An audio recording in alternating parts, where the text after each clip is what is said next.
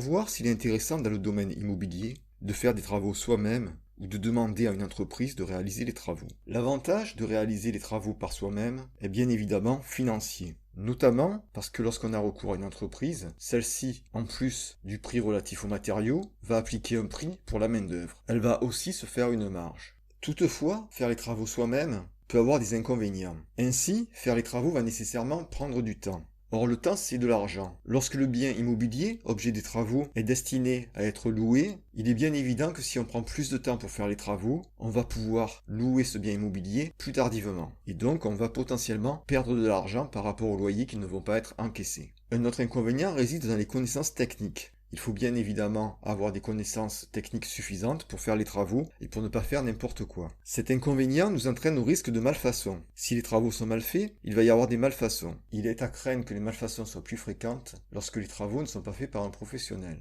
Ceci nous mène directement à un autre point particulier dont il faut parler, ce sont les garanties. En effet, lorsque vous avez recours à un professionnel, celui-ci doit avoir une assurance responsabilité civile. Selon la nature des travaux, il va aussi avoir une assurance décennale, et ces assurances sont susceptibles d'intervenir. Or, nécessairement, lorsque vous faites les travaux vous-même, ces assurances ne s'appliquent pas. Il faut aussi voir un autre point particulier pour les biens mis en location. En effet, si les travaux sont faits par une entreprise, une déduction fiscale va s'appliquer. Cette déduction fiscale va porter sur les travaux d'amélioration, de réparation et d'entretien. Et si le bien n'est pas mis en location, vous n'avez pas de revenu foncier et vous ne pouvez pas la déduire.